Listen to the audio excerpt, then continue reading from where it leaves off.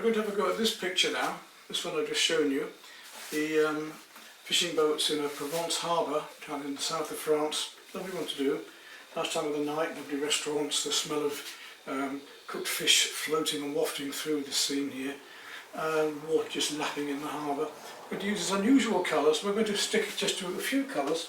All we're going to need are black, Prussian blue, cerulean blue, white, process yellow, yellow ochre, and magenta and burnt sienna. So 1, 2, 3, 4, 5, 6, 7, 8 colours of our usual 10. I'm going to actually use my main palette for that to demonstrate for you. What I want to do first then is take you across from here to there so that we can see how these colours can be mixed before we even go on to the painting. Right, you can see the photograph over here, and this is my usual full palette of paints, but in it are the few colours that we need. Let's go through them again. We've got the yellow ochre, we've got the processed yellow, we've got the white, we've got the magenta. This is a lighter magenta, either one will do. We've got the Prussian blue down here, the black, and the cerulean, and the burnt sienna there. That's all we're going to need. And I'm going to show you how we can make all of these colours on here. So let's just go through those colours again. We've got the black. We've got the Prussian blue. It's a lovely, rich, deep blue. If I thin it down, you'll get an idea of the sort of blue it is, look. It's a very dark blue. We've got our burnt sienna, which is a very reddy brown. We've got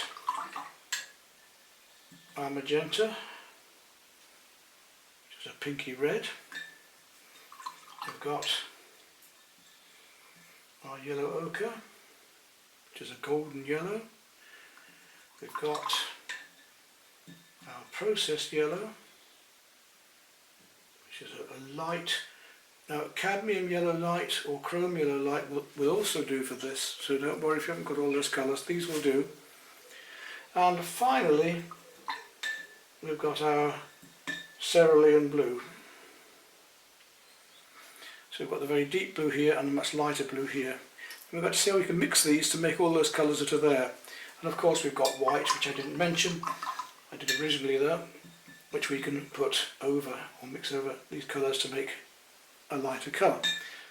Right, so that's the palette we're going to use to make this whole painting. But we're going to look at the actual depth of colour that's in this. We're going to start with our darks and work gradually upwards, lighter and lighter and lighter. So we're going to start with this, not black, very, very rich, deep colour of a sort of deep purple brown.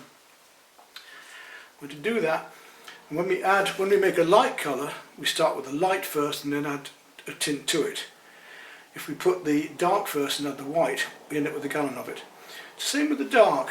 We want to start with the lighter colour that's going into the dark if we can, and then add the black into it. You can add into the black. Let's see how we're going to do that then next. So let's start with the darkest colour of all. We'll take some of the deep blue, just to show you how this is going to work. And that in itself is too cool compared to that look. It's much too blue. So if I take some black, add it to that, it's almost there, but it's still not warm enough. So I'm going to take a little bit of the burnt sienna and add that in, and now we have it. There is our almost browny black there. A little bit more black into it maybe. And you can see that colour there, and it's the same with the colour down here. Now take some of that burnt sienna and put that next to it, and you can start to blend it in, and you start to get this area here. So that's black, Prussian blue, and a little bit of burnt sienna. That's just the burnt sienna. So let's work up from this now, so we know how to get those colours there as well. That's the burnt sienna. If you want a warmer burnt sienna, we can add the burnt sienna and the yellow ochre. Let's take a little bit of the yellow ochre, put some of that there, and add a little bit of the burnt sienna to it. We get a lovely nice reddy brown coming up now. Now this is more the colour for here, but that is just slightly green in tint. So how do we make green? Yellow and blue. We'll take a little bit of our cerulean blue, just add that in. It just gives us that slightly green tint. Now that's perfect, look. That is that colour there. You can actually see it there on my brush. So that gives us this colour, this one, this one. What about this one that's very red there? Well, let's just take some of the same rich yellow ochre and add a little touch of the magenta to it. I'm going to use this magenta. Look how red that goes. If I want an even redder colour, more orange colour, I can take some of the processed yellow, that's this yellow, and I can add some red to that, magenta to that. We get a much brighter red to yellow there. So mix it in. So now you can start to see these colours coming. We'll take the burnt sienna again, make it more orange by adding that in, and then you can see this variation of lovely colours that we got there.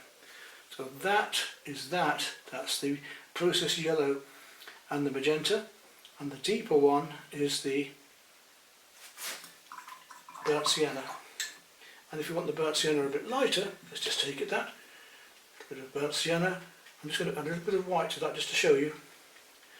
Look at that lovely light but warm pink we get. Now if I add some yellow into that, then again you can see the more orange colour coming. But it's a duller orange. It's not the bright yellow orange as that one is. This is with the yellow ochre. And all of these colours are in there. Of course, the yellow itself, we've got just the pure yellow. That's just this one. We can add white to it to make it much lighter. Can't really see as it comes over dark here like that. That's this yellow here, but there's again a slightly green tint to that. So I'm going to take the tiniest touch of my cerulean and just add that to that yellow to make the green.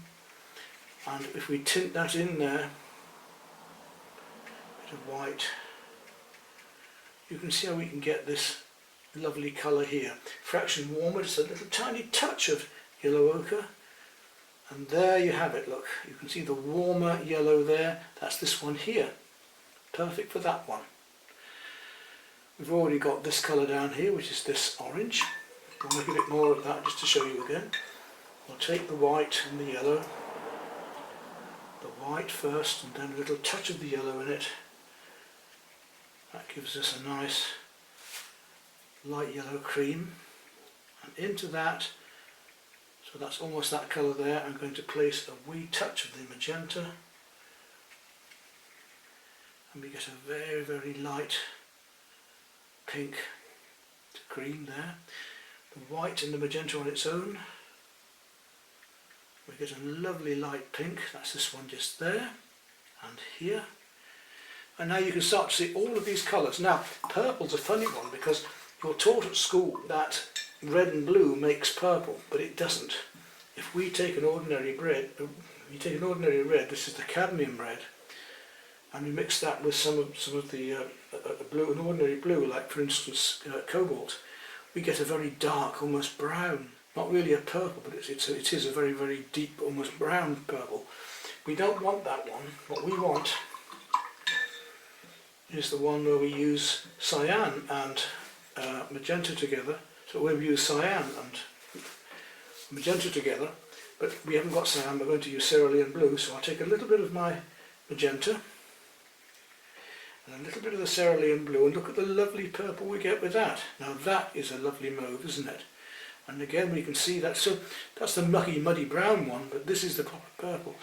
And purple you've got to use magenta and a light blue, a turquoise, you get that effect, and that effect, and that effect. Greens, there's several greens we can make. We can make a green using our processed yellow and a little bit of the cerulean, and there's a lovely light green. If we want to go darker, we can take some of the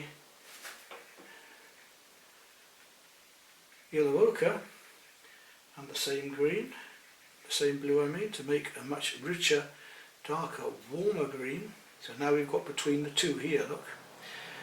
We can take the, we're going to use one of our blues, we can take the processed yellow and we can use some of the Prussian blue to make a very deep, strong green. So now we're down to this one. You can see that one there, and this one here. Now we've just about got all of the colours we need there now, haven't we? In fact, I can't see any we haven't got. We've got all of these lights. To do the, we're going to work from our darkest through to our lightest. Oh yes, there's a blue there we haven't quite got. But let's just take that Prussian blue with a bit of white. A little touch of the Prussian blue and a little bit darker. And that gives us that lovely blue there. And a little touch of yellow to make it slightly greener. Just a wee touch, that subtle shade look, and there's our mid-blue there. We touch of the yellow again. There we go. Now that's perfect for that yellow, just that blue just there. So there's all of our colours right the way through. Prussian blue coming through into it there, look. We could use a little bit of ultramarine there if we want a bit of fun at the end, just to tidy it up. We do keep ultramarine in the palette, but we should get away with just those colours. So that's how to mix the colours we're going to use on here, and we're going to start from our darks and work our way outwards.